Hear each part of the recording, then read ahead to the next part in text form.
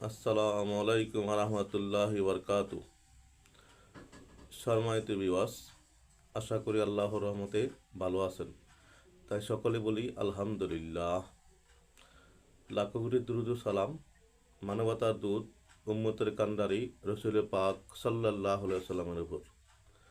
সম্মানিত ভিউয়ার্স, আজকে আমরা দু একটি কথা জানব হাদিস থেকে। জীবনে অনেক আমল আছে, জেনে শুনে যদি অল্প করি তা হয়ে যাবে বহু গুণে। আসুন আজকে আমরা দুই চারটি কথা শুনি। আল্লাহ তাআলা তৌফিক দিক, আমিন।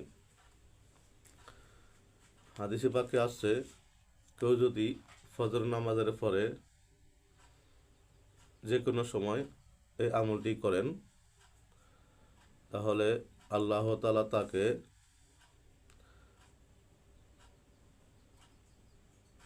700 বারের সমান সওয়াব দেবেন এবং 700 গুনাহ ক্ষমা করে দিবেন। কেউ দৈনিক 700 বার গুনাহ করবে না। আমলটি হচ্ছে সুবহানাল্লাহি ওয়া বিহামদিহি আস্তাগফিরুল্লাহ, সুবহানাল্লাহি ওয়া বিহামদিহি আস্তাগফিরুল্লাহ, সুবহানাল্লাহি ওয়া বিহামদিহি আস্তাগফিরুল্লাহ। আমলটি করতে হবে 70 বার। তাহলে আমরা আল্লাহ তাআলার পক্ষ থেকে এত ফজিলত পাব। অন্য হাদিসে আসছে, কেউ যদি দৈনিক সুবহানাল্লাহি ওয়া বিহামদিহি পাঠ করেন, পাঠকারীকে আল্লাহ তাআলা বিনা হিসাবে জান্নাতে দেবেন। হাদিসটি আছে মুজিবাতুল জান্নাহ, হাদিস নং 281।